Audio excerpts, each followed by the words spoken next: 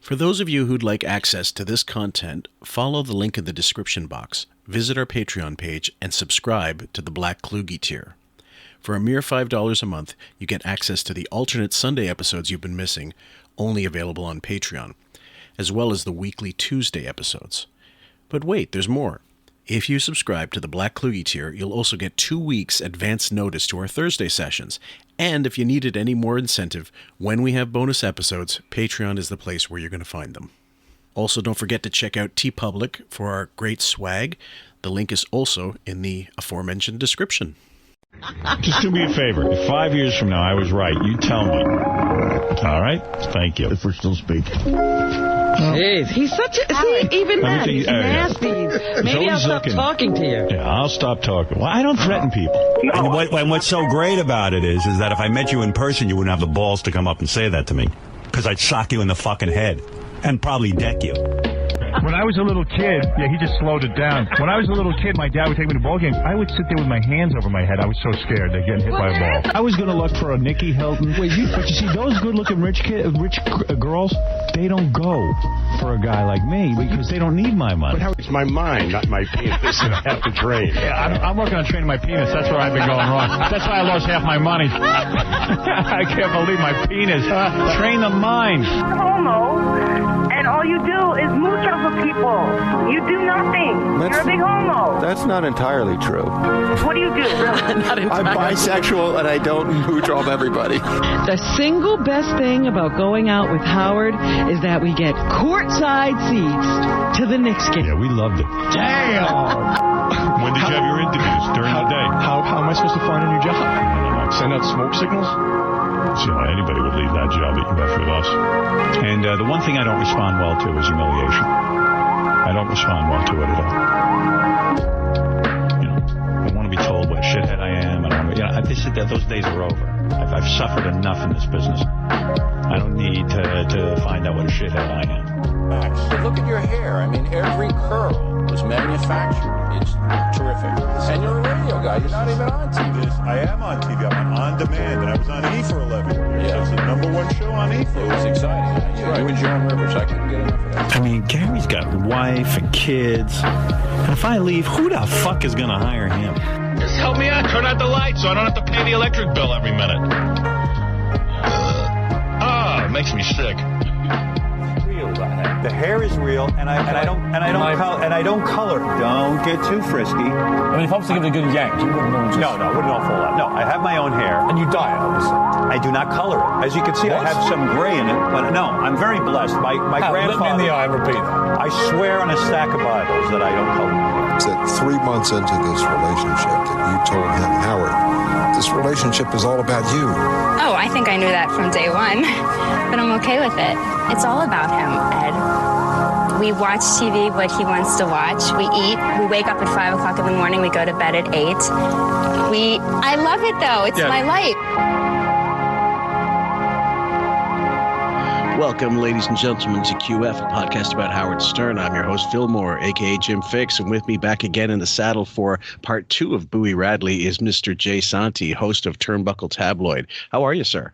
I'm doing well. This week I'm going as the only true Puerto Rican in the Stern universe because I am so annoyed with these fake Puerto Ricans out there. You know who you are. You know who you are, Papi. I know you know who you are. He's wearing right now. You guys can't see it, but he's got a tribute to David Patrick Kelly and you know, I'm trying to think who else. Who's this guy's name? What was the guy's name? He was also in Injustice for All. He plays the Fox. He gets killed early in the Warriors. What's that? I was going with just a Walter Hill, just the what you call it, a showing of gratitude to his achievements. And that was one of the hints that I gave to one of my coworkers. I was like, Walter Hill directed 48 Hours, had actors from one to another. He liked to use the same actors, and it's like, no, I don't get it. No, I'm like, fuck. he is such an underrated director. Did you ever Hard Times? I think that was one of the first films I ever saw.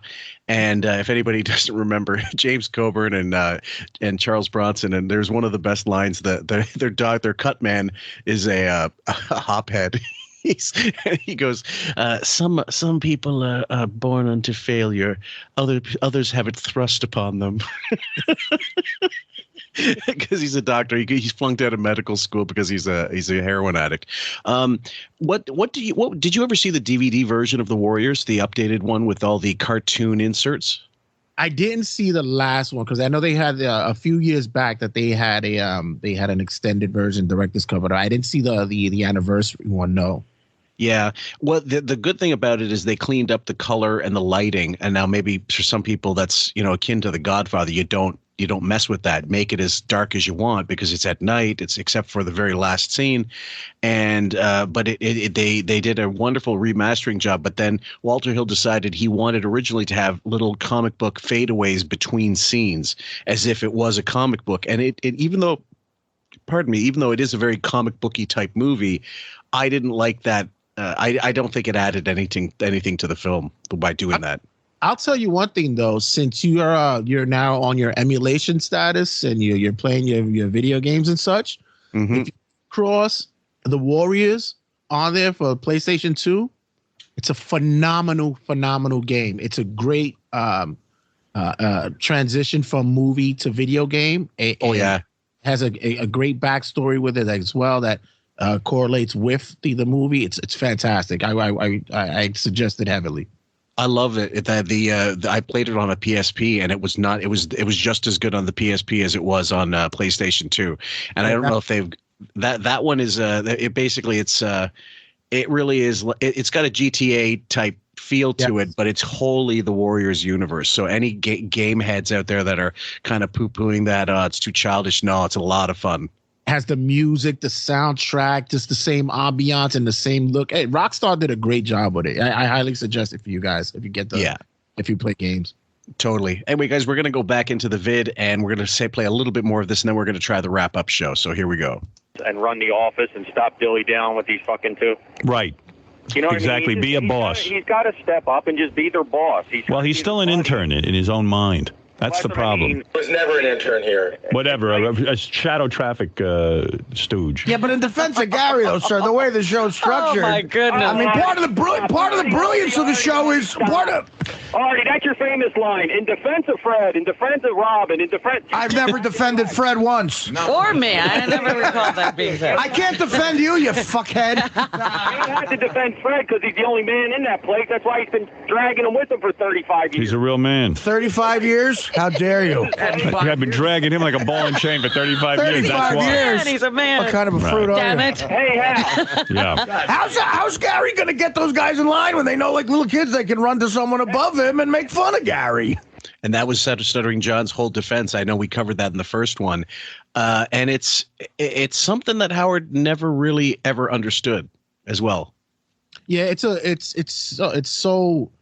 it's demeaning when you're undercutting him, but yet at the same time, Gary also laid himself out that way as well. Like he was never one to put his foot down. And anytime that he would try to put his foot down, because I've been watching recently the old videos and stuff of him interacting with the interns or staff like John and such, it's always this back and forth. There's a certain level of management, and you would know as well that when you're speaking to an underling or an employee and such, you're not to have a back and forth banter. We're not doing this. It's what I say, or it's give me advice, or not. Give me some info. Give me something that could help with the project, whatever the case may be. Or if it's a discipline thing, listen, this is what happens, A, B, and C, and we got to rectify it. But he sat there and he would argue with them like if he was their equal, and that it never transitioned well for him. No, and in fact, but what Howard not understanding that you have to give that person actual power if you want them to be effective as a quote unquote producer. Like if he's going to be a producer, he has to be able to know exactly what you want and and actually do most of your work for you, although give you the bullet points at the end so you can review it and then say, yeah, you were right about this, you're right about that. Let's try this guest. I think this one might actually be good. And then you're fine. You're taking away a lot of Howard's work. He still gets the final say, but he doesn't have to do the legwork. The Johnny Carson show worked very much like that with two producers, Freddie DeCordova and Peter LaSalle, and they each had different functions. Peter LaSalle was the guy who did a lot of the work, but Freddie DeCordova was the schmoozer backstage. He was the one, making sure the guests felt good in the green room, and maybe they were feeling a little too good sometimes. If you ever see that Shelley Winters, Oliver Reed segment, that was great. Let's just say there was a little bit of extra Kool-Aid in the back room, if you know what I mean. No kidding, yeah. And so, it's kind of I understand he doesn't trust Gary to do a good enough job. And I think that ultimately is why he made sure he could be a doormat for other staff employees, because he's a good figurehead. He can do some basic things right. And when he does fuck up, you can always turn it into a bit. Let me tell you, as a newly elected shop steward at my job, I'm now like in that position of being the moderator or the mediator when it comes to counseling and such. And I see in different departments the way that different administrations, they run their staff, or they have their relationships with staff. And it's funny when you get two sides of a story or two sides of a personality when it comes to one situation. And when you finally are able to piece it together and you realize, like, well, at the end of the day, this could have been easily rectified with just 2 or 3 simple, tasks or movements. With Gary, he's at that mode where he's cheap labor. Yep. So if Wiggy wanted a real producer, he knew he would have to pay on the high end for it. Secondly, he's fodder for the show, so that's content whenever he wants to be. And lastly, he knows that Gary's not going to excel anywhere else. Once the show is done, Gary's in retirement mode. He's not going to work anywhere else. There's nothing else for him to do.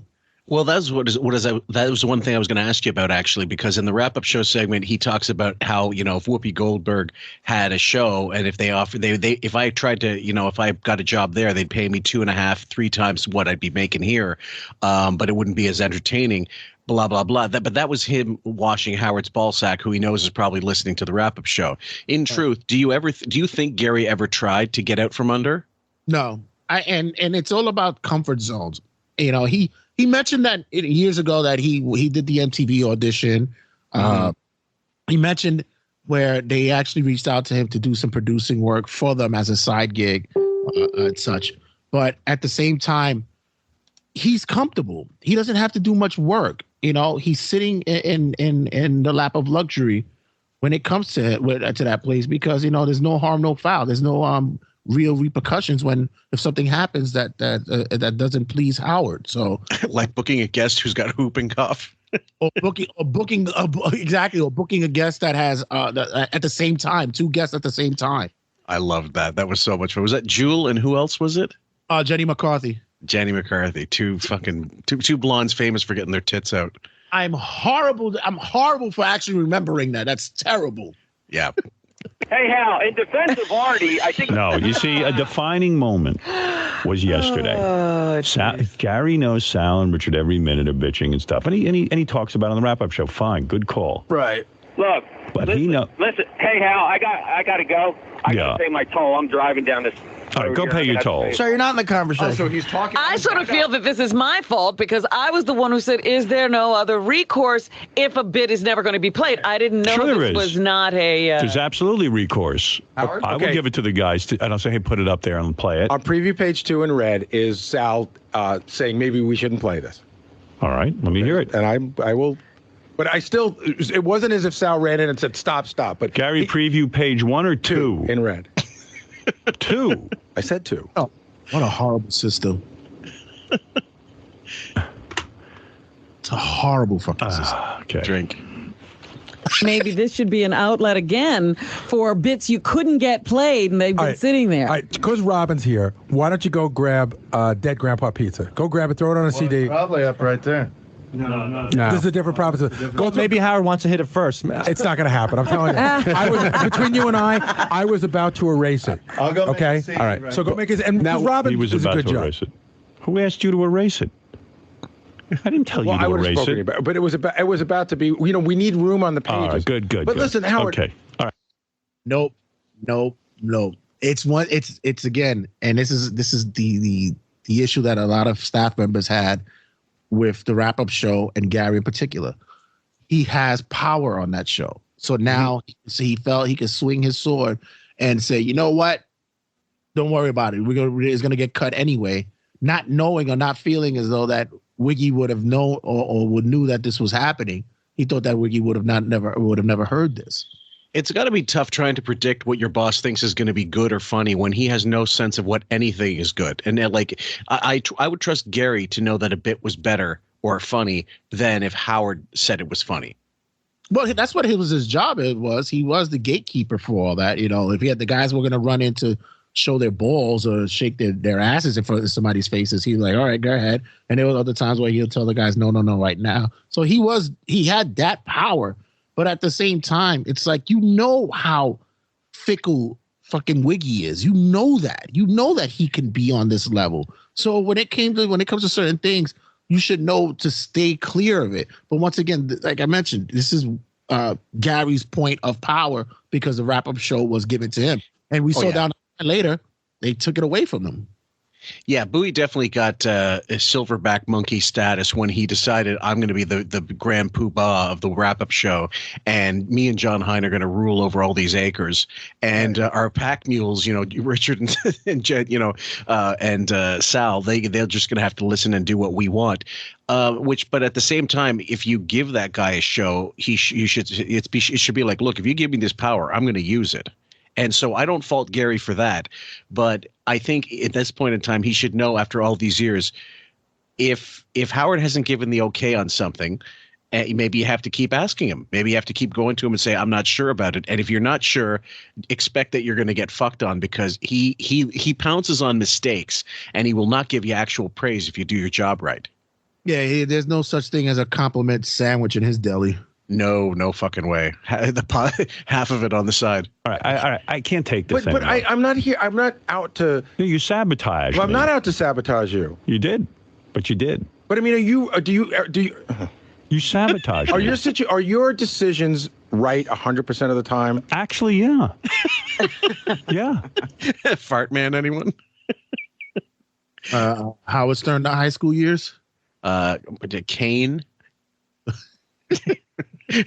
Do we go into what was the one what was oh Jesus Christ, now I'm forgetting. Doomsday. Jesus, I actually wanted to see that. I was kind of excited to see that. I thought that would have been cool. The worst thing he would do, he'd stick his fucking tendrils in his own mouth. He should have done that more often. Then he wouldn't have had these problems of announcing a project and then not doing it. There's nothing worse than telling people, you know what, I'm gonna start fucking working out. I'm gonna lose like 30 pounds, and then you put on 5. Yeah. 5 months later, they're all going, so where's this? And then that Whale Rock announcement in 2015 when they re-signed, and that was strictly to get his name tied in with the Kardashians who were associated with that at the time. That was one of the stupidest, one of the dumbest moves on the planet, and that as if we couldn't see what that was about. Porkies. Yep. 3 o'clock high. How did those turn out? No kidding. And actually, I just saw it today. It was in the New York Post, but it wasn't. I don't know when the thing was actually released, but there's an article showing that. Reporting that Eddie Murphy and Dice are going to be in a heist movie for Amazon. I guess Amazon Prime. Wow. And that's actually kind of cool. I mean, these are two iconic comedians and, a yes of the past, but both good actors too. Yeah, that would be interesting. I'd like to see that. So what are the odds that he tries to tap Dice to come in for an interview to try to get Eddie? Yeah, I don't see that happening. No? Oh no. I think why you think Dice is too hot for the show now? Yeah, I think he's done. I think Dice he's already had his history with this show. After a while, you know, it also becomes what Wiggy has not only changed, transformed himself to, but it's also relationship wise, he's just not that same person. It's not that same circle anymore. You know, it was always even when Dice came back during Sirius, the earlier years and such, when Artie was there and such, he had maybe something that was still like connecting and clicking because Artie was there. Now there's no one else there to click with him. And what are we going to hear stories of when Dice and Wiggy went looking for houses and stuff like that? That was 30 years ago. Like, nobody wants to hear that shit. Well, that's it. And number one, everybody's heard the stories before, and also they're a good story, but they're not evergreen. You can't keep doing that. And that means, and it was no different when he talked about seeing Gilbert in the hospital and doing things for him. And then that's the only interaction with him you had like outside of your fucking show. I mean, it's embarrassing. And for Eddie to even dare to go through that door, like I was even shocked that Sandler came in through there. I was like, really? Me too. I guess it was a favor to that, because I know Rock and Spade will, you know, come and visit and always try to push him to go. So I guess he threw him a bone, especially having Ronnie in a flick and stuff like that. But for Eddie to go in there when he can go to Kimmel, Fallon, Myers, any one of those and get a bigger reach than being on Wiggy, I don't see it happening. Yep. I'm always right. You're never wrong. Never. You never. I'm never wrong. Okay. I can't even give you an example of when I'm wrong. I can give you one example. When you're the boss, that's the thing. Oh, yeah, he can't be wrong for himself. Go ahead. Tell me an example of when I was wrong. You supported Bush in the war, and then you changed your mind. That's not wrong. This is what kills me about Gary. He finds the most stupidest points to make about when you could have Wiggy in the crosshairs, and I mean you have to really like get the nice moment to get the kill shot for him. Yep. Throwing that out there is such a asinine fucking thought. That's not wrong. It's a moment, an opinion that he went with. That's not a wrong decision. He always does that too. Gary always does that. Right. We just gave him like 4 or 5 answers that he could have given him. We could have told him like, don't leave fucking terrestrial. You're going to, long term, he doesn't know that at 2007, but these days I'm almost certain if Howard could have done it again, he'd have never left. Not even for the money, because he's just, if he could have guaranteed that he would have stayed, in the top 3 at least of whatever market he was in, he would have stayed, I think. Honestly, with the way that like TuneIn and iHeart and how they're going right now, he would have been dominating. And with now how their censorship works these days and such, that it's a little bit more lenient, and they also have their good delays and stuff, he would have been fine. But he took the money, and now he's with an audience of 3. I guess. Yeah. That was an opinion at the time. Which you changed. Right. Now, based on lies he was feeding us. I was told a series of facts about weapons of mass destruction. Bad example. Well, because you can't even think of an example where I'm wrong. I'm never wrong. How can I be wrong? I got one time you were wrong. Go ahead. 1986, that outfit on Letterman, the black leather pants and the brown cowboy boots. All right, you got me there. It wasn't even right at the time. It'll never be right. God, that was... the bouffant hairdo. I mean, come on. Let's I'm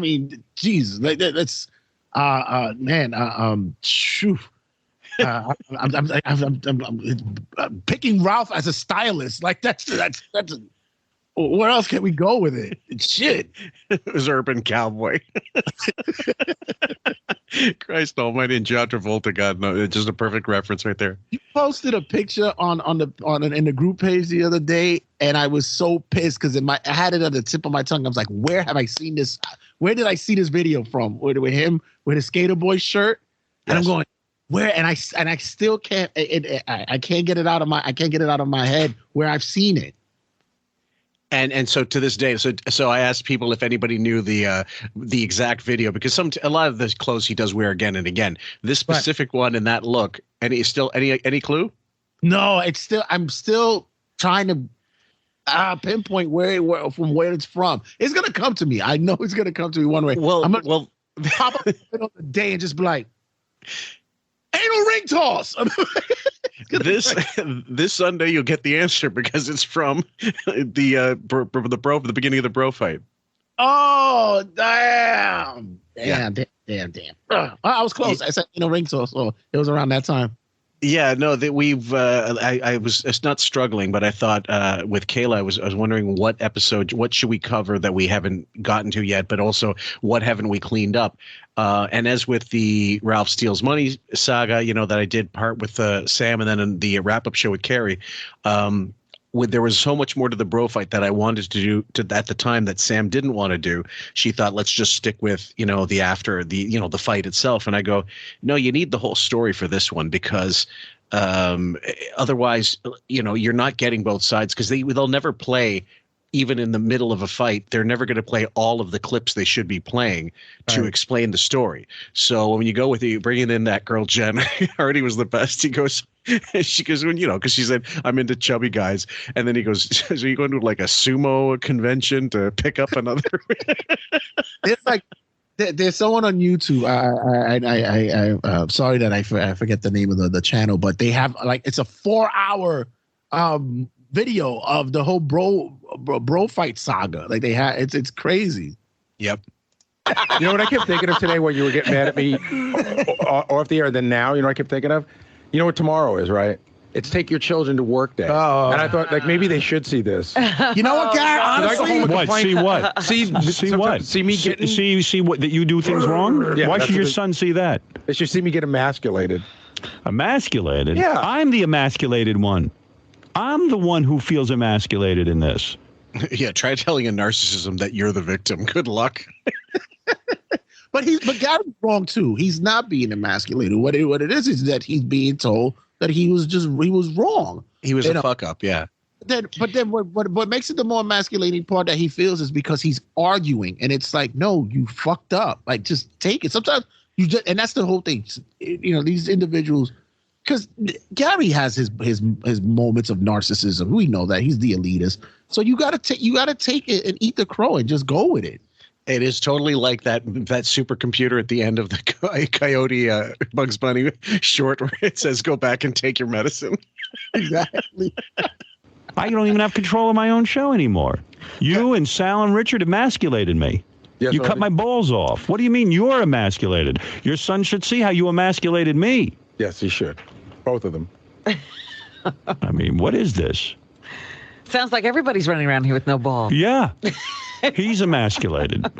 Gary, look, I've never been a producer. I think right now, after hearing that tape, I got to apologize to Sal. I mean, you were clearly the protagonist in that. No, but he made it sound as if Sal did clearly say maybe he wants to hit it, and you were like, no, you really made it. Don't play it. He said maybe he wants to. You have to hear. But that's a good suggestion in that situation, obviously. You have to hear the whole conversation leading up to that. There was a whole, I'm not saying I made the right decision. I'm just saying that Sal was like, our stuff never gets played. He's acting like the entire time he was in there was like, ooh, we shouldn't do this. Oh, yeah. Yeah, but if he said it one time, that's all that was needed. That was the one.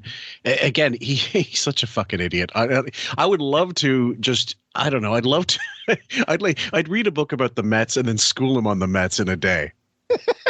No, because he can't be wrong.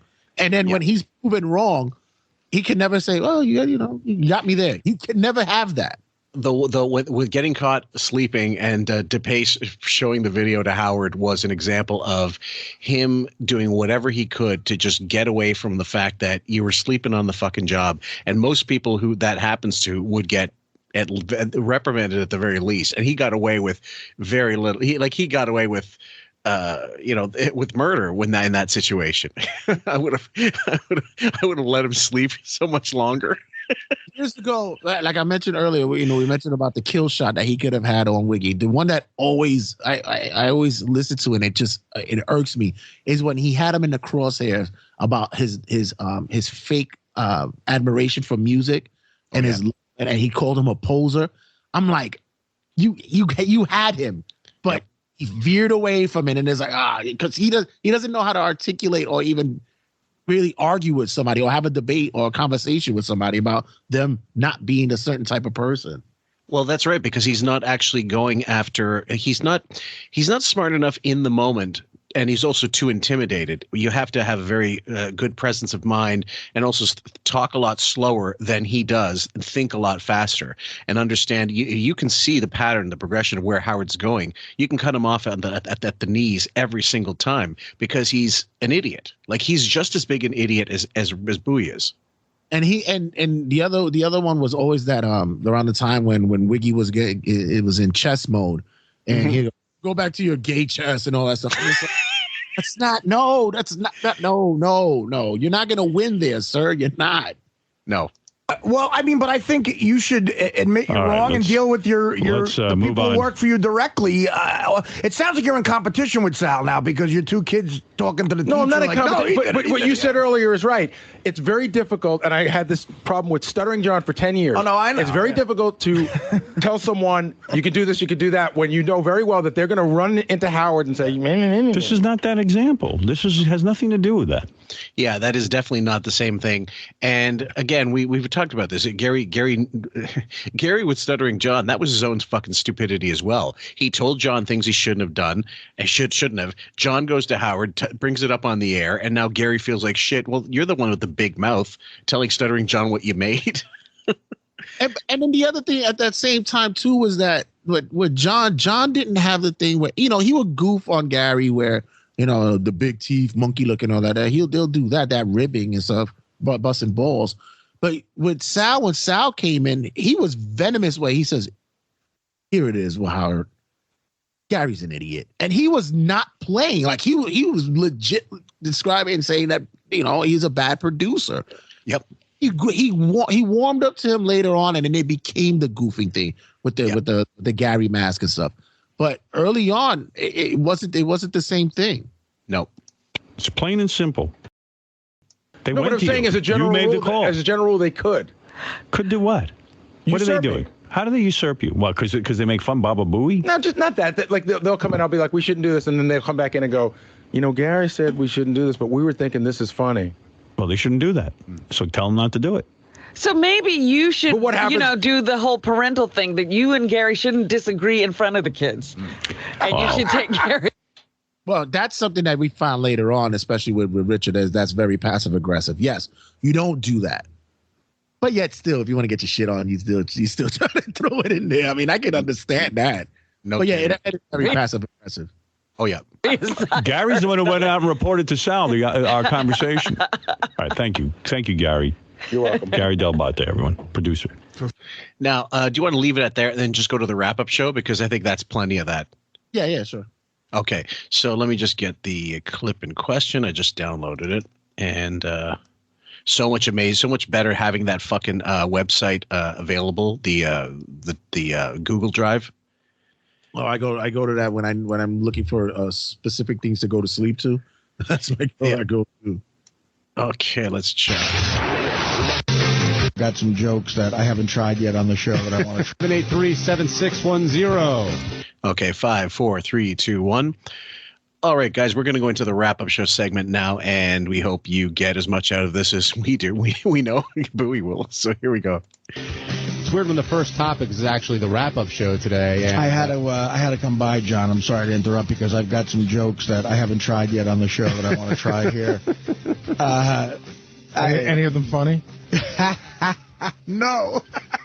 You seemed flustered when you were trying to do my preview today. What happened? First time ever. You know what? Here's what happened. You came in and it reminded me of it, and I said, "Fuck, let me get a piece of paper and I'll write down a bunch of shit and try to do it too quick." That's what happens when you rush things. The secret to comedy: take your time. I think what it was inorganic. Well, you still nailed 3 though. Got to give you that. I got the subjects right. Yeah.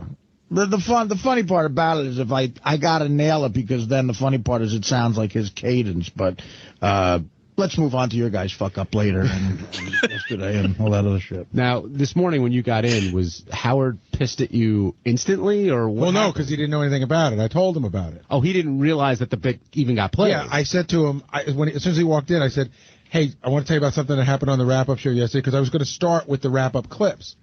I got to tell you, one of those things that I just totally didn't see it coming, in the sense that, like, I thought that yesterday there was a chance, but I really didn't think he'd be angry about it.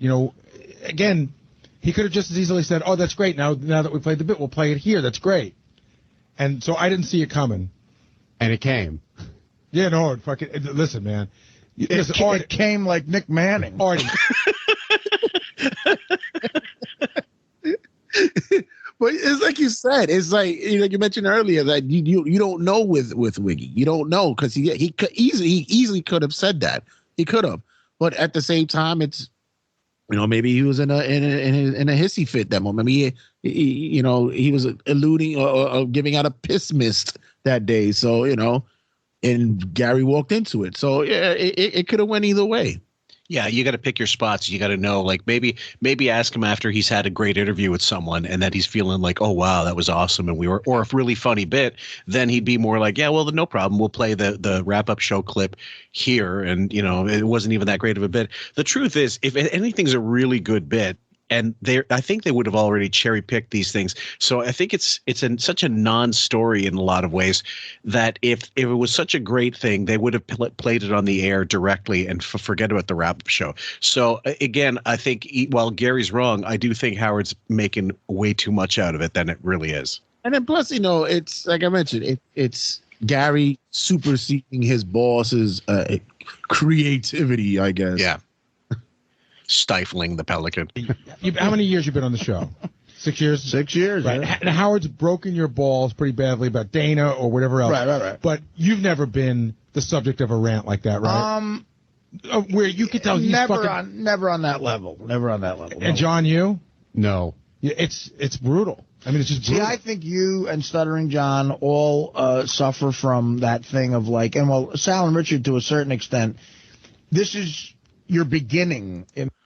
I don't know. I think Artie might have gotten hit with a shitstorm when he was deciding to do Beer League, and yes, I believe that's he gave him some shit for that about the scheduling and stuff. Yeah, I covered that with Bob ages ago, and it was just a circular saw of bullshit and all that passive aggressive thing. Like, well, you can go, but you got to know, I need you here and all this stuff, and that's what happens when your contract is not, it's not definitive enough. Like Conan and Leno, the big beef there was, Leno paid off Conan's contract and because they wanted him out, and they said, let's put Jay back in, and it was cheaper to buy out Conan than it was to buy out Jay. If they bought out Jay, it would have cost them $150 million to kick him to the curb just to placate and keep Conan on, but it only cost them like $40 million to kick out Conan. Right. Yeah, and also, I don't believe in Conan's contract it had any.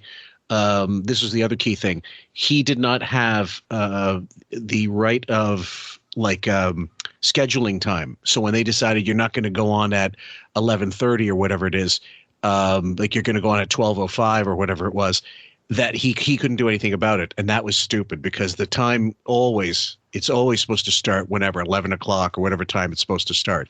Him going later was his own stupidity. Yeah, it always angered me when I would hear Howard and his thoughts about Artie going to do Beer League because he made it seem as though like Artie had the principal direction or the financing or not even the what is it, the chief of cinematography or photography or whatever the case may be, to when you have to film a scene, you set up at 5 a.m. and you have to shoot by 7 and you got to get the lighting. You have to do it. That's how filmmaking works. That's how it happens. Yep. It's not that it's just like, you could do it after 10 o'clock. You could be out of here by 10. And it doesn't work that way, especially on what scenes you're shooting, what lighting you're getting, the weather, whatever, if you're outside, whatever.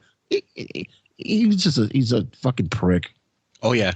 In this business, you know what I mean? And you were, the channel traffic guy, John, Benji were all interns, and Sal is Richard's first big job in the business and stuff. And I feel he's more comfortable really railing against you guys for something like that. Plus, you're not in the studio the whole time.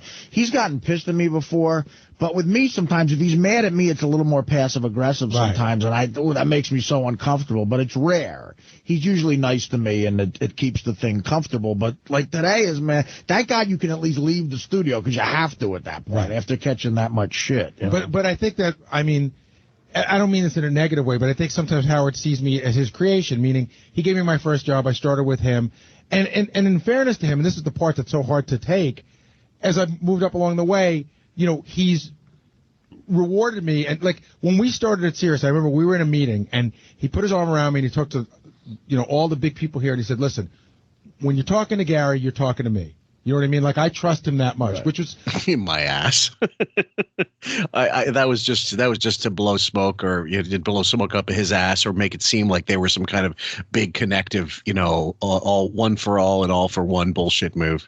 Let me ask you, if you not even work wise, because even work wise, I have people who I've probably worked with maybe less than 2 years, and if we're in a crisis or we're doing something, they instantly know my thought process because they've seen how I work. They know my training, my experience. They've worked under me, or they've seen my direction, whatever.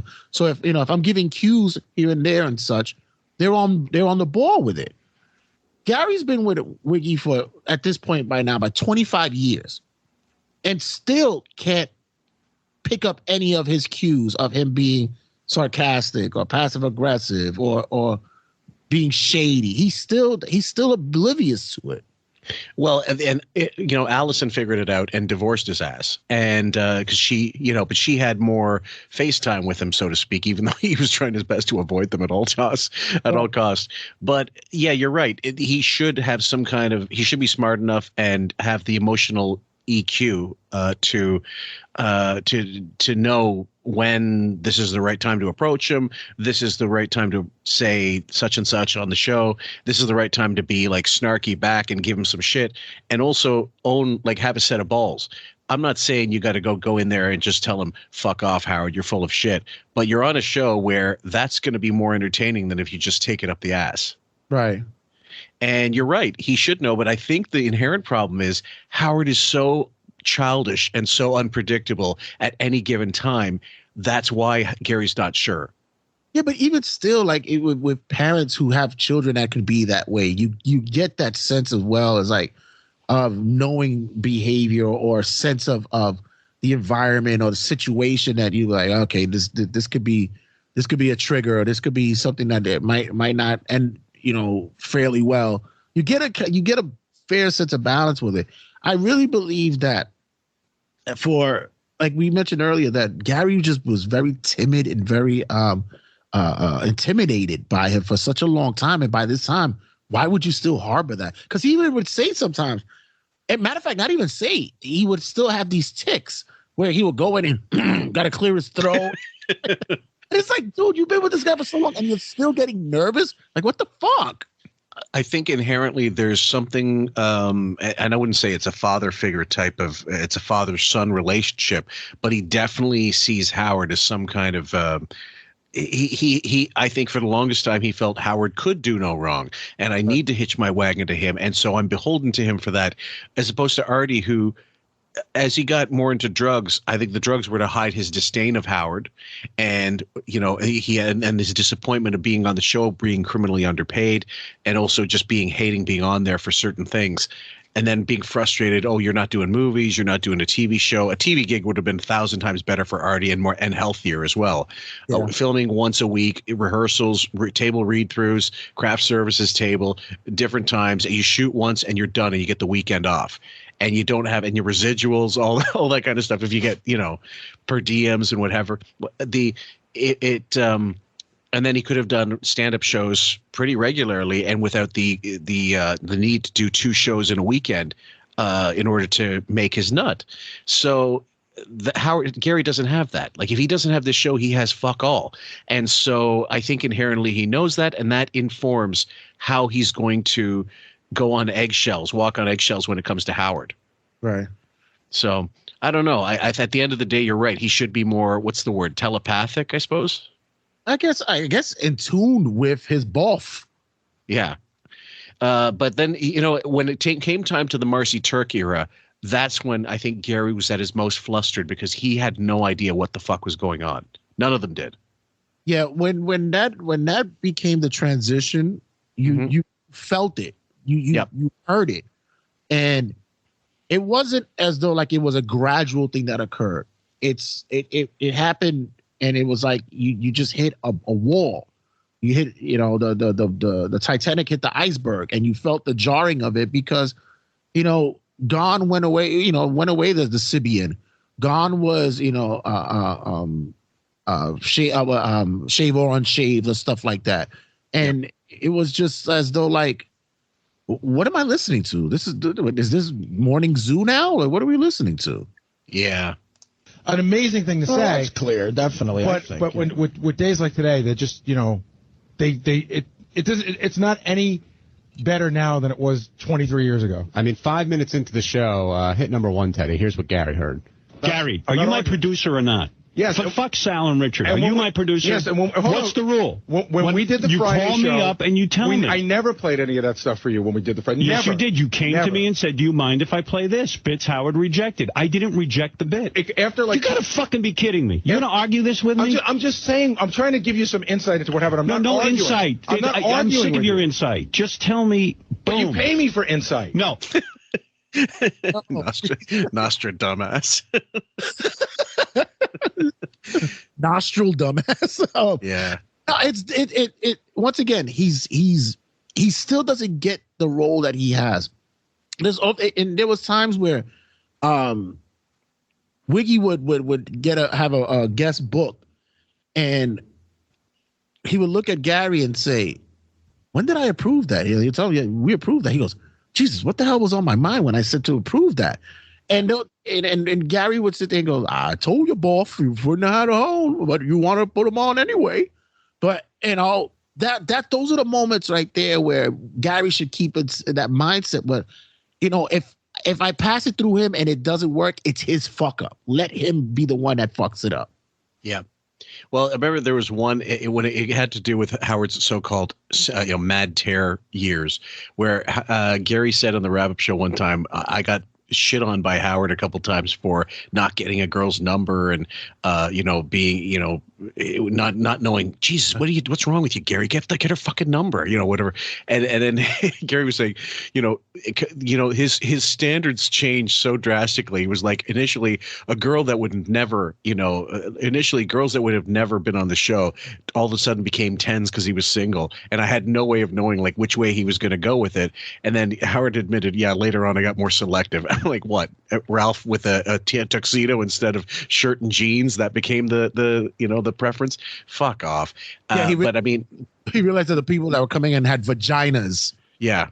Well, so Gary, if he's never known how to react to his boss or how to even if he doesn't know how Howard's going to react, the one thing you should be doing and locking in is how to be a fucking producer and being able to stand by decisions and make decisions. And when you get a fuck up like this, just take your medicine and get the fuck out. Artie was right.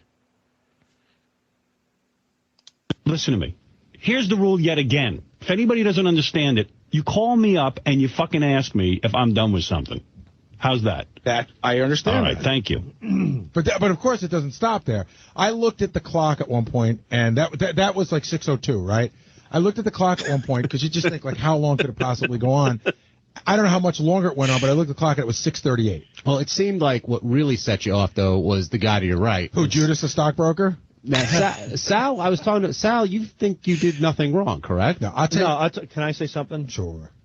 Gary doesn't believe it. I feel really bad for what I said, but from what I heard, Gary, the only reason why I came in is because, and I know you, now that I see the big picture, I know you didn't intentionally say it this way. Sal, you'd be the smartest guy in the world if you left right now. No, Gary said 3 times. Well, Sal kept saying you took it off the board. So you always said the master of deflection is big on the show, and I thought you were pushing it on me. So wait, hold on. After 3 times of you saying Sal said you took it off the board, I came in and said, hey, I'm the guy who reminded you maybe it's not a good idea to play it, because I thought you were deflecting on me. And if you took it any other way, I'm sorry. But when you stormed out of there, I did say to Howard, in this case, I think Gary made the right call. I took a chance. You ran in to say, hey, boss, not me. I didn't. I swear to God, I did. Stockbroker mode. There he goes. Yeah, listen, I got a hot ticket for you. I got a stock for you right now. You can get it low and it'll sell high. No, listen, no. Wait, Patel? Ravadam Patel? Yeah, and I don't think anybody else here sees it. And I'm religious. It came off like that. It did. Right. You have the Howard Love Me Daddy complex so hard that while I'm getting yelled at, just because you were in the room when it happened yesterday, you have to go in and exonerate yourself. Guys. And by the way, no one has a bigger Love Me Daddy complex than Booey. Oh, definitely. But at the same time, like I mentioned earlier, if it was a few years earlier, Sal would have definitely been in swimming in this. He would have loved every moment of it. When we hear it here, it wasn't that way. Actually, it was it wasn't that that kind of thing to where it's like I'm steering clear for this one. No, it's more the fact that you got caught out there, Gary. You fucked up. Yeah, gotta own it. Swear to God. That's exactly the way it came across. You didn't need to come in on me. You didn't need to come in. I wasn't putting it on you. I was saying we all sort of agreed. And when I played the tape, I didn't even hear you say that, which is funny because it's definitely selective memory. But you had to hear the whole show yesterday. You had to hear the way the whole thing went down. And nobody in here was against the idea. I made the call. There's no doubt. But it wasn't like Sal's like, listen, you better stop right now, man. This is way fucking wrong. So now the problem is Sal didn't, emphatically tell him, no, you must cease and desist, Mr. Booey. This is wrong. Like he's like that guy at the end of the Andromeda strain getting lasers in the cheek to try to stop the fucking bomb. The button is hitting. It's like, wah, wah, wah. No, but if you would have heard the rapper for the people who don't know, they heard the rapper show. It was all about how the bits are judged or they are put in place in a certain criteria, a certain order of what will be deemed what's good, what's not good, in the case may be. And then the guys are saying that that they're working hard. A lot of the bits are not doing well. At the end, Gary sat there and made that call because he wanted to be the high chief. He wanted to show that he was in a powerful move to say, like, you know what, we'll play it anyway, just to show how shitty your work was for this one. And it didn't work out. Nope. And you ran in like you were a fireman putting out a fire. But that's the way it went down. Right. And it was a cunt move on every level. The move that I made was because I thought you didn't need to make any moves. I thought you were deflecting on me. And when I say something that deflects on you, you're the first to run in there too. This is your stockbroker bullshit. When you stockbroker bullshit. No, when you walked out, tell me some fucking stock. Dude, some 40 shares of Woodgistics. Gary, listen to me. When you walked out, I took a chance with Howard and said, in this case, I think Gary made the right decision. Nobody cares what you think. That's the problem. It goes to show you that I'm not trying to throw you under the bus. I was taking your side. So after you threw me under the bus, you just backed it up. You're not taking his side, Sal. That's going a little too far. However, what you notice how Gary was navigating the waters there, he sounded very much like Howard. No one cares what you think. I don't want to hear you. All that talking down instead of actually just accepting his fault. He can't do that. And part of that is the hubris, the newfound wrap-up show king status. But the other thing is also strictly number one, not being intelligent enough and emotionally intelligent and savvy to know that he fucked up and should own it. That's narcissism. The culpability always lies with someone else. Yeah, and this is once again this is the factory in which Wiggy has churned these individuals out. They all have either already these parts of his personality, or he has displayed or deployed his personality to them, and now they've become. If you put them all together, they all become like a Wiggy Voltron. They all just.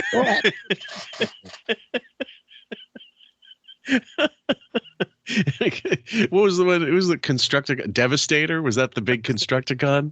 Yeah, it's funny because I don't mean to make a reference of it, but I was thinking about it since I've been going on this rabbit hole with the Dabbleverse and stuff, and they were I thought about it. I said with Stuttering John, he has become the Voltron version of the Whack Pack. He is all of them now. That's what made me think about the same thing when in with the Stern Show. Each of these individuals, Robin has the same narcissism as Wiggy. Fred has the same shy and naivete and social awkwardness. They all carry the same kind of different pieces from Wiggy. Mm-hmm. Yeah, they're all extensions of his whatever his shortcomings, I suppose. Sure. Well, I meant to ask you a question. So, do you follow the Uncle Rico show? Like, do you pay, or are you just listening to whatever they put on YouTube? Funny story. I actually. Oh no, I forgot. You got a free sub. I got gifted a month. I said, let me try this out. Let me see what because they both to say, hey, just go to the link and put gifts on. I was like, oh. Never knew. Now that you've got the free sub, do you want your money back? Okay, so I've gone through this whole moment because there was a time being where I stopped listening to the whole Dabbleverse thing. I was like, this is just nauseating. I couldn't anymore. Yeah. Then he had gone away for a few months and he came back. So I said, you know what? Let me just check in to see if he's gotten better. Maybe he's, working through, he's been sobered up, or maybe he's working through his issues or something. And I was like, okay, because you guys don't know, I can't stand this fucker anyway. So once that happened and he came back, it was 10 times worse. And I was just drawn in, but I wasn't listening to it like every day. Once I got gifted, it's now it's not even them. It's not even Shuley and the guys. The super chatters, the viewers, they're actually the funniest. They're the funnier ones. They actually have the better lines. So sure. That's what I really look out for. And plus, just to see the horribleness that's Stuttering John. But it's I'm almost done. My month is done, so I'm wondering if somebody's gonna gift me another month. just make a few more one-liners, Jack Benny style Henny Youngman one-liners in the chat, and maybe they'll, if it isn't you, it'll be what's her name? God, I forget her name. Gina Bobina, or someone like that. I've yet to do it yet. I'm not yet. I would never. I'm never super chatting now. I would never do that. But I mean, just a regular comment, not a paid comment. Yeah. Like don't even fucking give them a shekel.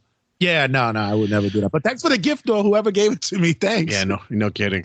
Thank you. You're a good guy. No, what you're defining as throwing under the bus, I'm defining as coming in to defend myself over a deflection. Once you stormed out. Did you feel that Sal was being accused? Guys, I'd be curious because that's how I heard it. Did you guys feel that I was accusing or blaming Sal in any way?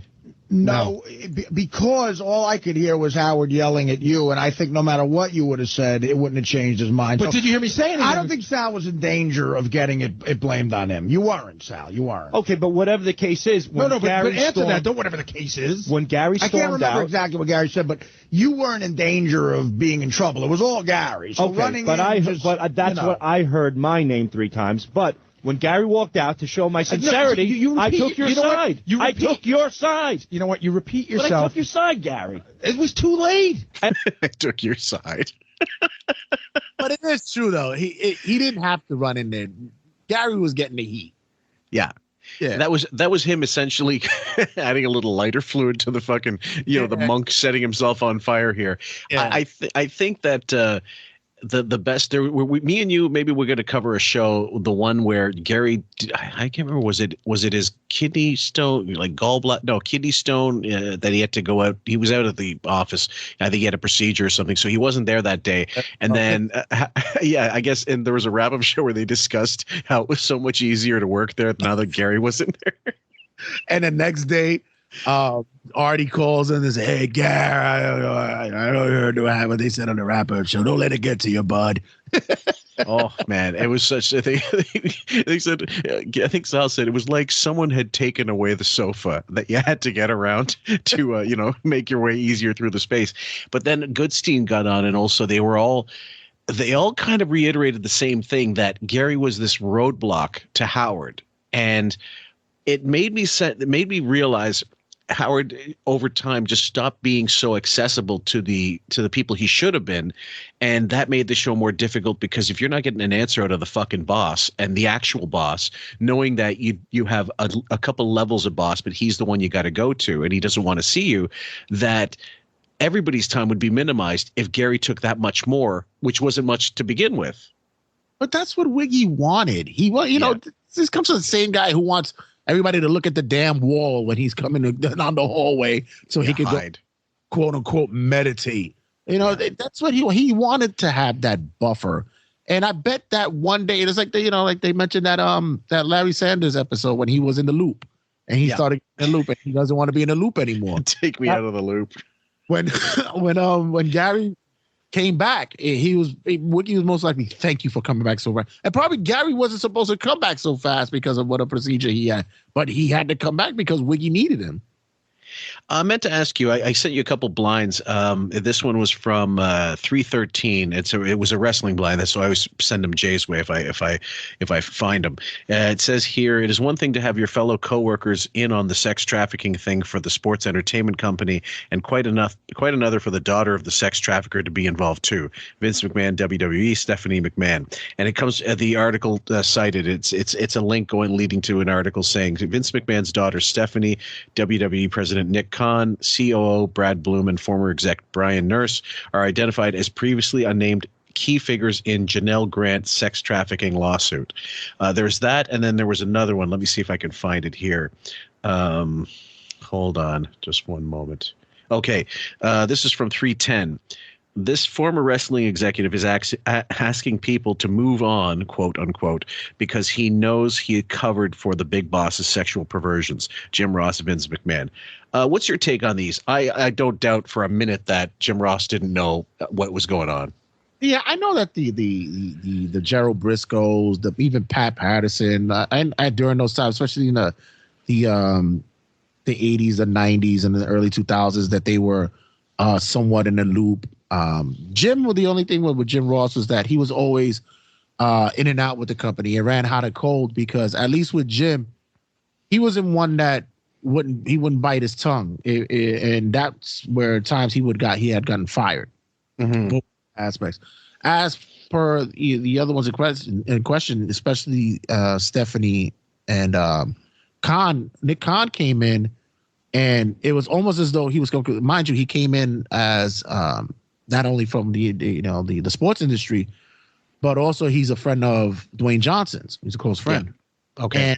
And I bet he went in there to actually try to clean up everything and was the one that was laying the groundwork on to get that TKO deal with the UFC. So I could see that, yeah, he would have known something. As for Stephanie, it's tough because she did work so closely with her father, and that would mean that she knew of his shenanigans and going against the grain against her mother. Mm-hmm. But it's also a thing that it's never been clear what that relationship was as well. The Linda and Vince's relationship, whether they were separated and such. All I really been known is that Shane, the son, wanted no type of business or interactions or anything involving any of his father's doings. He did everything in his power he moved across the globe to get away. Yeah, so I wouldn't be if Stephanie covered a lot of stuff. She knows where the bodies are buried. I'd say Vincent and Linda's relationship was a lot like Dolores and Bob Hope.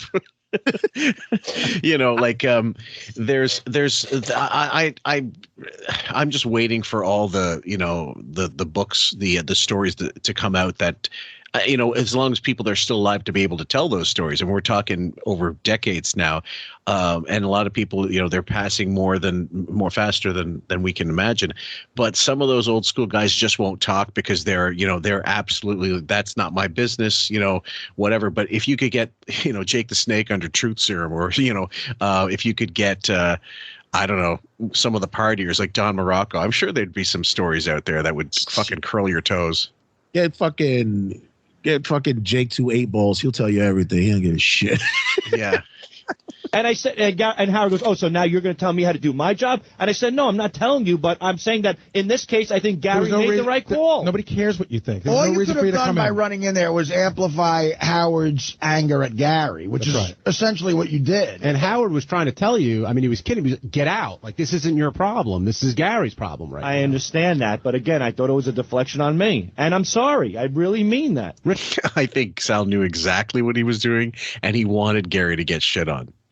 I go the other way. I think I like I said, I love the fact that he is naive to a lot of shit. I really do. he might have really thought that he was being helpful, but he just is not aware. He's not.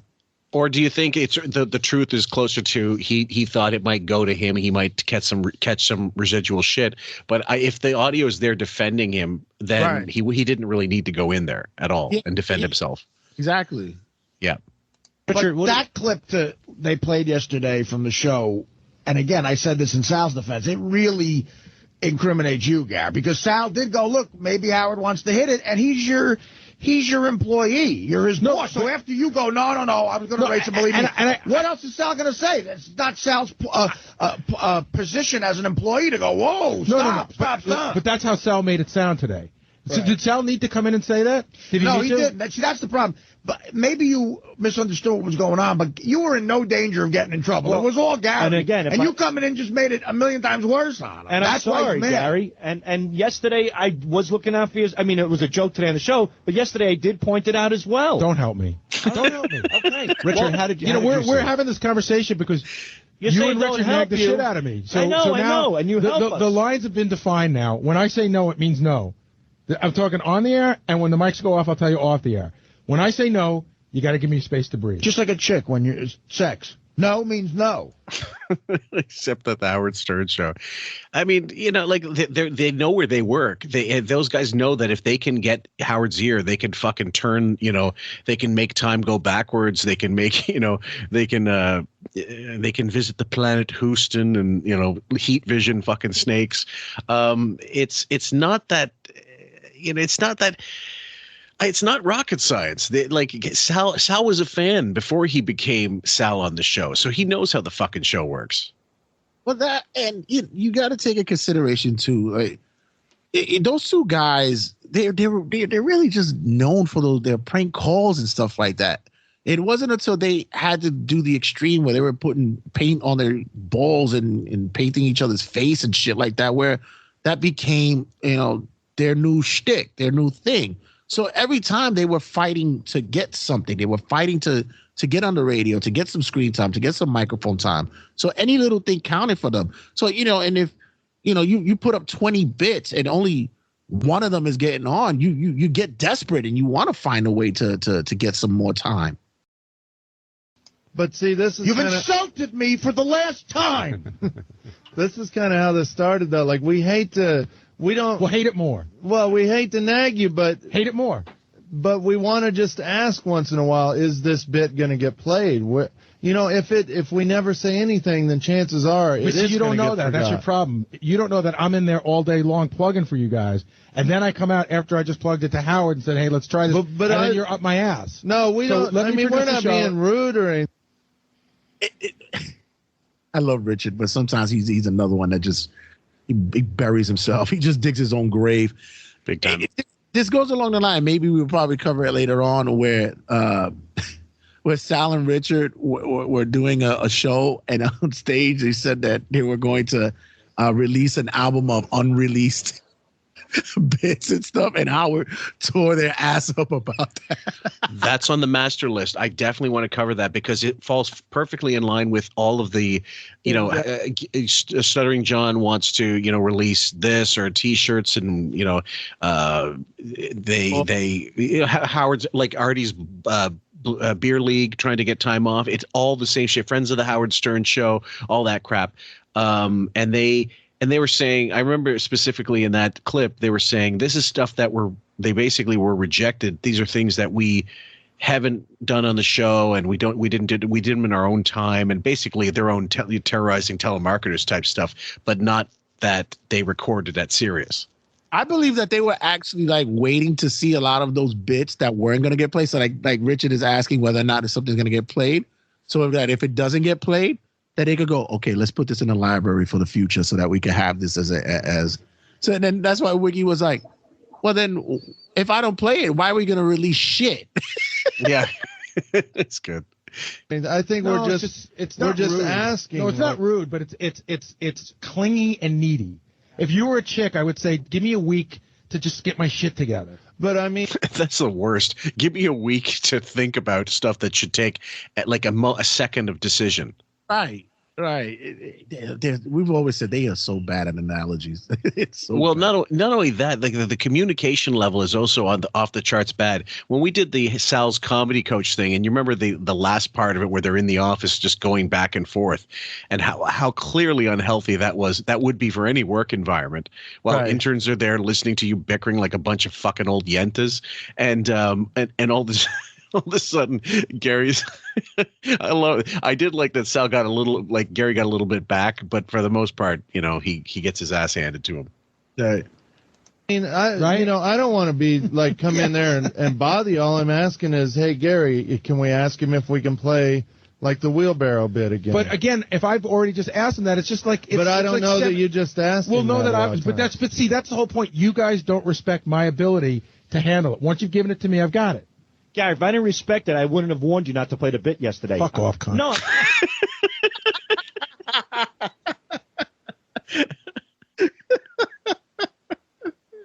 I love it. See, but shut up. No, but you're not even being diplomatic with me. You didn't. When you warned me yesterday, I meant it. Why wouldn't I have? I came straight out and said it was our bid. You know how much we want our bits, but I said, Gary, you sure Howard don't want to hit it first? And I agree with you. I agree with your answer. I didn't think Howard was going to hit it. So I was shocked just like you this morning. Yeah, by running in, though, to pat yourself on the back for that little comment gets him in a shit. Hey, guess what? You're right. Guess what? At the gang rape, I didn't jump in. That's what that was. Right, yeah. Analogies from hell. Yeah, but that was actually that was a little more on point. A little more on point. Yeah. Oh, crazy. You're right. Sal's history when that happened. Yeah. Right, but the point is, well, then let's stop. What happens when I know what I was thinking? But you Gary, I defended you once you ran out. You're a broken record. It's always all about you. No, it's not. It's about you. It's tedious at times. Booey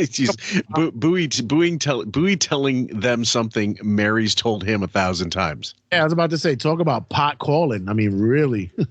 Real projection.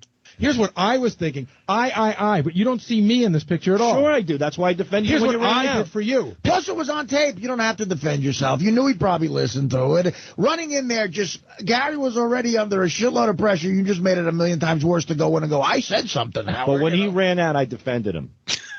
After make me sleep. You bore the shit out of me. You're regular Clarence Darrow at that defense. After it all went down, did Sal come in with the apology? Or did he know I told him on the air, don't come in. And I don't want him in. I walked halfway in and he waved his arm. I put my hand up. I gave him the hand, like a gay man. Oh, Lord. That's the worst. Bowie's giving you the talk to the hand shit. Fuck. Brian and Red Hill, you're on the wrap-up show. Hey, guys, what's going on? I think Sal's definitely got that love me daddy complex to the point where he gets like tunnel vision. He can't see how it's going to affect the other people around him. You're right. You know what I mean? It is. It's weird. There's Howard, and then there's Sal, and anybody who gets stepped on the way, it's okay because he's got to get to But Howard. that's not true, Gary. Because that's how you see it. No, it's sort of what you did the other night when you didn't talk about Beth and you only talked about Howard. You see a path, and all you see is Howard. Howard's got like practically lit up like an angelic figure with a halo, and you don't see anything around him on the way between you and him. It's not like Sal's begging to sniff Howard's balls. That was another thing. Where the fuck did that Where did that come from? He always has his ball smell. I'm just so curious. naturally you'd go, can I smell them?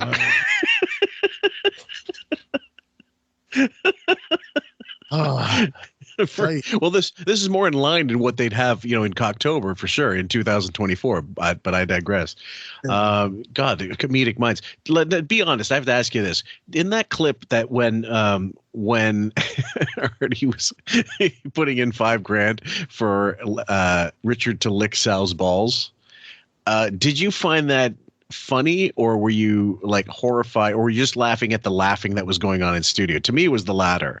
It was a mixture of both, because especially when Artie says that I'm paying for gay pornography. He said, "Hey, what is he say? I signed it on the moment paying for gay stuff, gay shit." Or when he also said, "You guys threw out a way too far a lower figure for this room." That's what I'm saying. That was the more funny part. It's like the the subject matter of when they spoke about if Richard would see Gary or Ronnie sucking Gary's dick or something like that. He's like, I'll find it hilarious. I said, no, I would find it fucking gross. But for that segment, it was more of the hilarity that especially with Artie making it funny. Yeah. I didn't think that was that odd. I told Sal afterwards. I mean, I would sniff his balls too, probably. It's funny. The Barnhouse fag didn't think anything was wrong with it. Rob in Long Island, you're on the wrap-up show. What's up, guys? Hey, Rob. I wanted to comment about the whole Gary, rant today, but I also wanted to ask Artie a couple things. What's up, Artie? What's up, bro? Nothing. And actually, Howard TV question too. First of all, Art, our relief pitching for the Yankees is just terrible. I feel your pain, man. All right, well, it's the saddest subject on earth right now. I know. Yeah, I just wanted to ask Sal too a question. Do you remember the Kill or Be Killed thing that you guys did at Caroline's in September? Yeah. Yeah, Artie signed my Yankee and everything. Is that going to be on Howard TV soon? It should be. There's like 3 of them in the vault that they've been working on, so I'll talk to Doug Goodstein. Oh, that didn't air yet? They aired 2 of them. Rob, what's your question about the Howard and Gary thing? All right, no, it was more of a comment. I just, I did kind of think that Sal was pretty, it was unnecessary for him to come in and add on to Gary or whatever, but that's what makes the show just so great. Those Gary rants are just so classic. There aren't a lot of Gary rants. I mean, not lately. Not in general. I usually take the shit, but I rarely get mad. I think he meant the rant against you. That's what he meant. Oh, there's plenty of those. Right. Yeah. I mean, I love you, Gary. I think you're great. No, it's all good. It's all good. It's all good until I come in, complain about it, until I go on the wrap-up show and call Sal a cunt 12 times. That's an unfortunate thing for Gary, because you got to realize if Gary had somehow jumped ship and went to the biggest radio show in L.A. 5 years ago, he'd be treated like Lorne Michaels, but he's still at the place where he started, and, the structure of the show is if you snitch to Howard on him, that's a good thing. You're rewarded for that, and Gary has to sit there and take the rants because it's part of the brilliance of the show. But Gary, I'm sure if he had jumped ship to go to some other big market radio show a few years ago, would be treated like God, because that's the reputation. I'd be miserable. No, he would not be treated like God. I mean, are they really deluding themselves this badly? Yeah, pretty much. And although maybe at another radio station, if it was like a morning zoo or afternoon drive, he'll skate by because he probably doesn't have to do much, but he wouldn't get the big fucking money that you think it is. It'll just be him booking, a woman who has a pottery class every 2 weeks at the local YMCA or some shit. It wouldn't be nothing crazy. Hence my earlier question. Do you think he was too afraid that it would get out to Howard that he was shopping himself around looking? Because I remember when he was talking about trying to network with Mark Burnett and, maybe get on some, I don't know, some mainstream gig somewhere. Do you think he wouldn't have because of Howard just being afraid? Or do you think he inherently knew he's unhireable anywhere else? More the latter, because I hated to agree with what Ralph had mentioned about him, saying that he's a good producer for what Howard wants, for Howard's show. Anywhere else, like he never really was able to do anything else because of fear of pissing off Wiggy, and also knowing that there's nothing else he can do. There's nothing else that he's capable of doing. He doesn't know anything else. No, he doesn't. Miserable. Well, right. I'm just saying, if that happened, though. I'd be miserable producing the Tempest Bledsoe show in L.A. Look, in other words, if I was still working at the place I was working at when I was 20 years old, they'd still look at me like a shithead in a lot of ways, and I get yelled at. What are you going to do? I'll tell you what. Not that anybody asked me, but when Whoopi Goldberg came to New York to do radio, if they were looking for a producer, they probably would have paid me, I would guess, 2 to 3 times what I was making at K-Rock. Absolutely. But I would have been miserable. So he knows that he's being underpaid. That is true, and that's why I mentioned earlier that he's getting for the bang for the buck.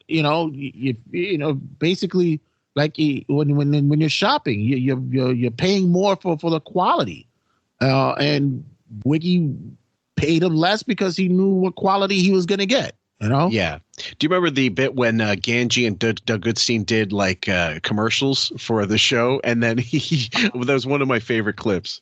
Oh, that was hilarious. I love it when his Who's Mike Ganji? Why would anybody Ganji?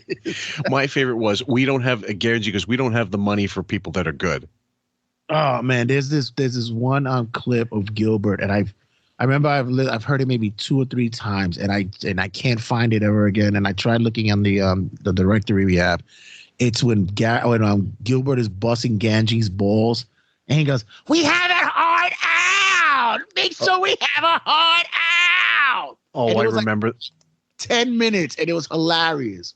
Well, hold on. You just reminded me of one clip we got to play just real quick. And it's not going into like Howard, and it's not going into Richard Pryor like we did before, guys. Let me just see if, okay.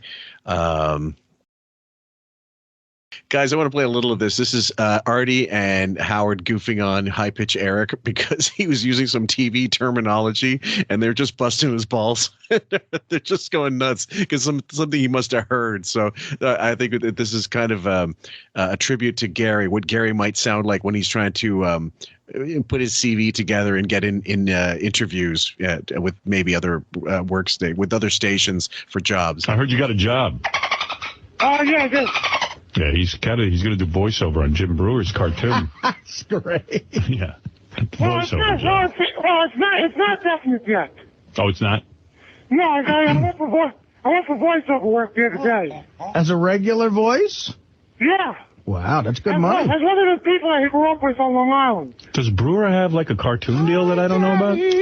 Evidently he does. First I'm hearing of it. I mean, but any cartoon is good money to make. It's being shopped around by MTV. What? It's being shopped around by MTV. Why would they be shopping it around? Eric just repeating some phrase. Shopped around. Shopped around. It's being shopped around. He overheard Brewer say something. Yeah, they're shopping it around. No, Brewer said he's going shopping. What's funny is that, like, here's High Pitch getting voiceover work, and you can't understand a fucking thing he says. I know. You know, mean, yeah, your voice ironic. is unique, exactly, but, yeah, you can't understand. Is he shopping the project around? Yeah, to MTV. Oh. Oh, he's shopping it to MTV. Yeah. Not MTV shopping it around. He's got a 13-episode penalty. How about letting you go fishing? There's a penalty if I don't fit complete. But I have a signing bonus. Yeah, if they don't shoot it, I get a 13-ep penalty. Yeah, and I can't believe it's 26 guaranteed in the can. We're looking for a showrunner. We're interviewing some showrunners right now. Come on, Howard. How about you and that go fishing? Yeah, it's a pretty intense deal. I've got 5 points in the back end. My manager says I should do it, but my agent doesn't know if I should. Come on, Howard. Will you stop? It's pretty cool the way I got it. I met with my public relations guy, and he planted some items in the press. He's working page 6. Come on, So we go in for the pitch meeting. I'm sitting there with the head of development. Fucking guy gets me 26 guaranteed. I don't even open my mouth. Tells me we have a 5-year commitment. Then we're talking syndication rights. I'm going to meet with Michael King from King World. Fucking World. So I said, fuck King World. I'm playing hardball. Right. It reminds me of the same time when Gary comes in and Howard is asking about when is his vacation time, and he goes, "Hey, Buff, we go dark at the end of March." He goes, "Go dark? What are you coming up with that terminology? Go dark?" I love that. We're in radio. What are you talking about? Oh God, yeah, he's just wishful thinking on Bowie's part. Listen, if he had a TV deal somewhere, all of a sudden he thinks he's working for Dick Wolf instead. He's half right, the first half. I did it the other day. You got and nothing personally. I love Whoopi as an actress, but who could sit and listen to that all morning? Hey, oh, go ahead, Ben. Oh, Garrett, Howard sort of said it before. If you had to choose today, being treated like that, I know you choose never to be treated like that, but on air, off air, isn't it better on air? Well, today I got both of them, so it's I can't tell you. Today, after you get the off air one, the on air one really hurts because we've sort of been down that. We did it. You told me you were unhappy. You told me the way you wanted to go, and I got it. I think I'd rather have it off the air. Let's talk to Doug in Virginia. Hey, Doug, you're on the wrap-up show. Hey, what's going on? I got a question for Artie, but basically it's meant for Sal and Richard, so you two pay attention. Artie, how many writers are out there that write bits and the like and propose it on a TV show, another radio show, whatever the case may be, and they get turned down? And how many of those writers bitch and moan like these fucking cunts do? I see the point you're making, but again, we're in a very unique job here. I've never worked on a show that's like this.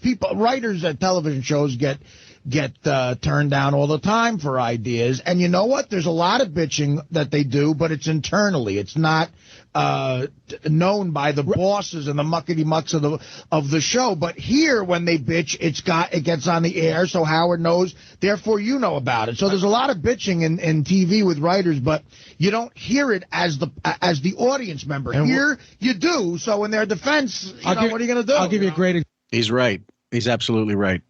Man, listen, we all can't be a flying gag writer. Example, I love there's like 3 different Saturday Night Live books out that tell you all about the background. Writers at sketch shows, first of all, at Mad TV, which is the only reference point I have. Maybe we're below the line, but we're still a valuable part of this production. Am I on camera A? You catch me on my good side? How's the lighting here? Where's the warm-up guy? The bitching was insane. And I used to bitch when I didn't get sketches on, but there's not a 20-minute segment of the show that's on the air dedicated to us bitching. Right. Here there is, so you hear it. And we get turned down on a lot of calls that people don't know about. Right. Like these weren't bits that were rejected. These were accepted that just, didn't get played for. I would love to hear all the rejected bits they had. They must have been lower than whale shit. Can you change the font on the teleprompter? I like more Arial Black than New Times Roman. Goddamn a font reference. Right. Wow. So your point is well taken, but that's you hear it here. You don't on other shows. But Richard, here's a gray area. They weren't really rejected, and they weren't really accepted. Right? Would you agree? They weren't really accepted, but they definitely weren't rejected. Yeah, it is a weird area. I really felt the Grandpa Pizza one was rejected. Well, what was the point you were going to make about the SNL? Like, I read all those SNL books, and they talk about the early days and just how brutal it was to be a writer in that room. I've read it. And how shitty you would get treated. And I think I remember reading one book where Franken and Davis, they hired them. They only had one writer's salary left, so they hired them and let them split the salary. Right. It's kind of like how Richard and Sal got hired. It's no different. Yeah, that basically. Yeah. Which was like nothing. And I remember, I think it was Chevy Chase was the head writer when they first hired him. And Franken wrote a sketch, and Chevy Chase, in front of the whole writers, just took it and tore it in half and goes, "This is shit." Mm-hmm. Now, did Franken and Davis get to go on SNL for 20 minutes and tell the whole world what an asshole Chevy Chase is? Can't do it. Well, they waited in like a snake in the fucking grass and did it in a book later. And Chevy Chase is known for being an asshole because of those stories that have been made public. But like writers at sketch shows, a lot of them are former comics. A lot of them are guys who have been yelled at their whole lives. They're bitter, angry motherfuckers. And if something bombs at a network read-through for a sketch show, because Monday morning the actors got to be very experienced with the script already, because you got to act it out and sell. Not for Jackie. Not for Jackie, because I'm the head writer of the Channel 9 show. Yeah, totally. I love when Fred says, he goes, we're a tribe of 2 Indians and there's only one chief. Yeah, pretty much. It to the executives, and if you don't, the writers blame the actors for not being ready, the actors blame the writers for not being good, and there's overt bitterness and hatred, and that makes for a very unhealthy atmosphere. I know Saturday Night Live is the same way from people I know who work there. I think it's better that our shit is on the air, because you get it out in the open, everybody hears it, and there's not internal hatred. Here, everybody knows, and there's no people like secretly wanting to kill somebody. But here's a big element that's missing from the show, and I mean this in a good way. There's really no competition here. There's Richard and Sal do the bits, and they don't compete with each other.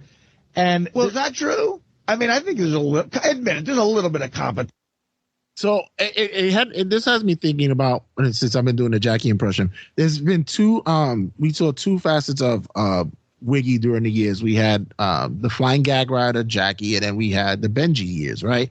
Yeah. And I don't know if you were able to do it, but besides Jackie laughing at his own jokes and knowing that he wrote something funny, for me, I always knew a Jackie line hit because it wasn't Wiggy's personality to say it.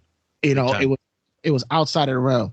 Whereas with Benji, you'd never quite know what it is because to me, they're both the same kind of bland individual. Mm-hmm.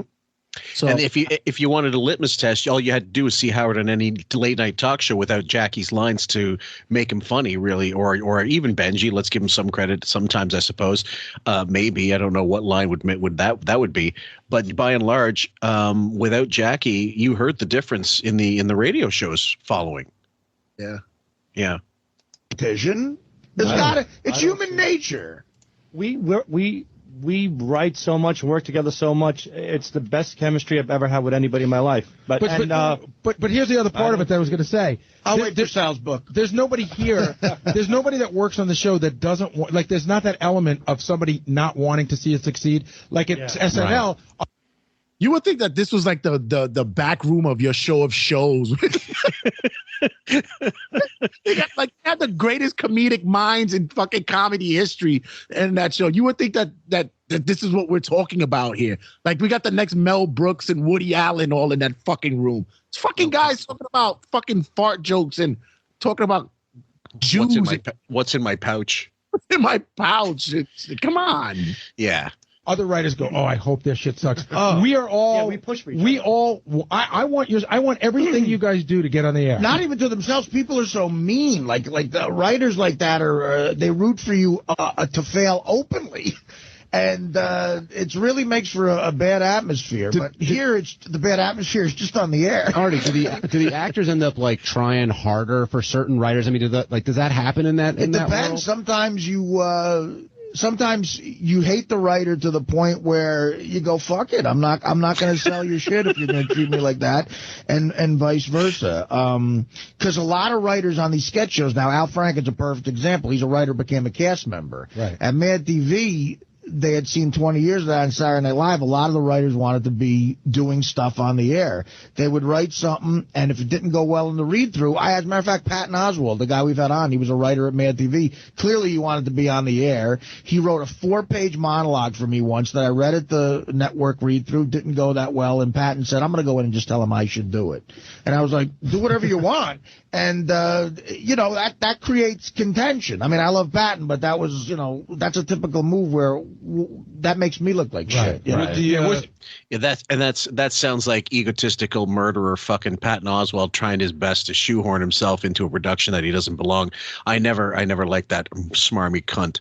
And yeah, I mean, like as a sitcom extra or as a comedian, and after that shit with Dave Chappelle and trying to distance himself from Chappelle, I had less than zero respect for Patton Oswalt before that, but after that, I was like, you're just like Jim Norton. You're worse than Jim Norton. Yeah, it's a lot of undercutting, and I know in the business, especially comedy, it's cutthroat as such. But even that, it's just like that. It's so blatant. Now you could understand why. I was having a conversation with a couple of guys earlier about that, about how comedy these days is just not only just the material and how it's just been diluted in many instances, but just the crab in a barrel mentality is it's horrible. It's disgusting these days. Yeah, the camaraderie, I don't know where it exists, but I do know guys like David Brenner, God rest his soul. He would workshop with comedians to help them make their stuff work. And he never really got beyond being a great Carson guest or a late night show, like a staple in late night TV. But he made more than enough money, like just touring and gigging constantly, and maybe even doing like writing gigs for shows, I'm sure. But he was such a mensch when it came to up and coming talent. Same with Rodney. I love Rodney so much for what he did to young comedians. Yeah, Richard Lewis, who we recently lost, was the same. Like I was hearing a lot of outpouring stories of how even when he was struggling with his own issues, that he was still there to support everybody else and put them through when they needed it, and he was always there for them.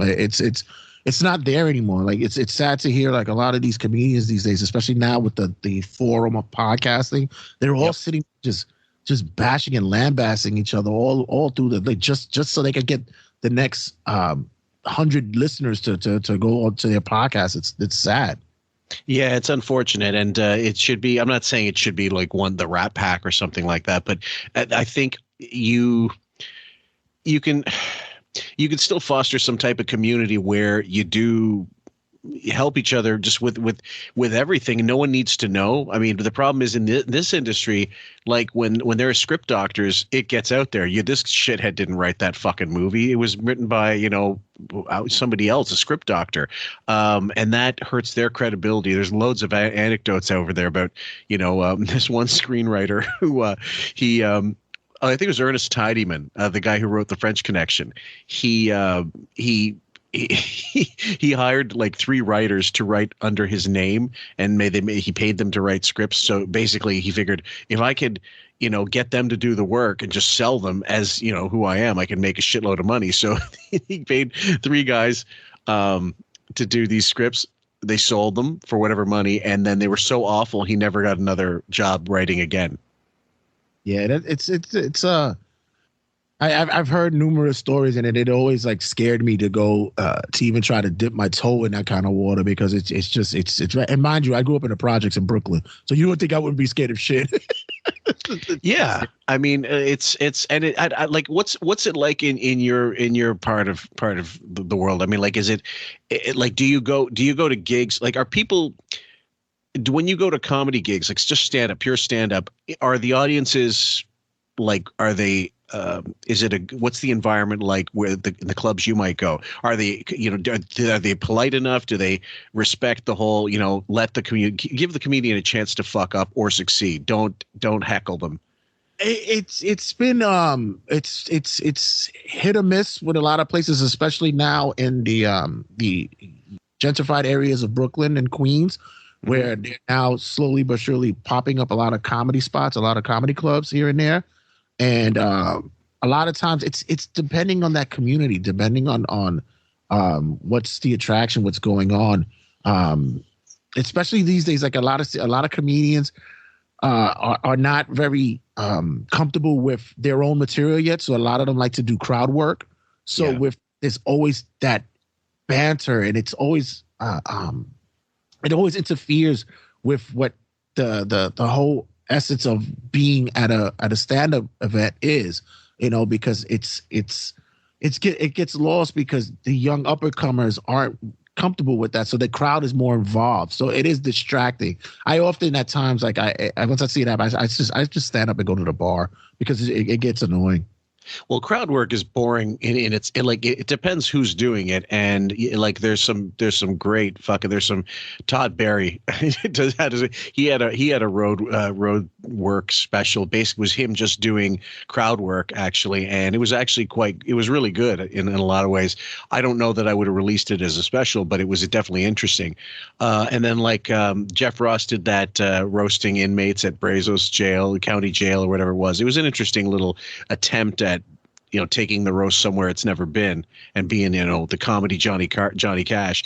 But at the same time, I guess I'm a bit of a purist. I want the comedian to just go up there and do fucking jokes. I don't want them, where are you from, sir? Well, who cares? No one cares. Like I said, it's a lot of, we don't here. It's not a lot of, we don't see a lot of pros yet. They're not seasoned as of yet. So a lot of them aren't comfortable with the 5 or 7 minute sets that they have. So a lot of times they like to have that banter. But I'm still believing that one day I'm just gonna do it just one time. Just gonna get it one time. By the way, do you know that I just received my slides? I hope I get the audition. Oh, God. Anyway, guys, we're going to wrap this one up.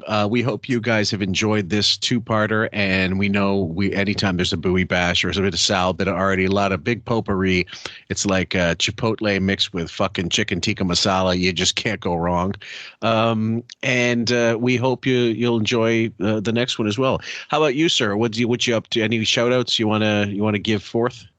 Yeah, I want to thank you guys on Patreon. I've been looking at a lot of you guys' comments on the shows that QF has been doing lately, and you guys have been really nice and supportive to me on this side. I know sometimes I could be a little bit long-winded, and I don't know both. And I don't know if my New York accent is getting through fully for everybody, but you guys have been cool and awesome. And just for that, as Gilbert would say, Mishnachimi.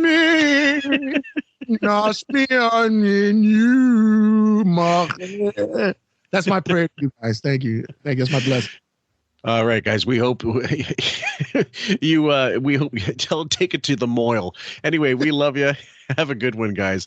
It's all with the what do you call it? Mishugana podcast, and we'll catch you on the next one. Goodbye, my sweet loves. What's happened to the jokes today? What do you mean? You want a joke? No, I'm used to being on this show with jokes. Well, you want some jokes? No. The joke man? Not if you're letting me out. How big's your cock? How's that? Well, that's a pretty good joke. I don't know. You're too interesting to sit there and waste time with jokes.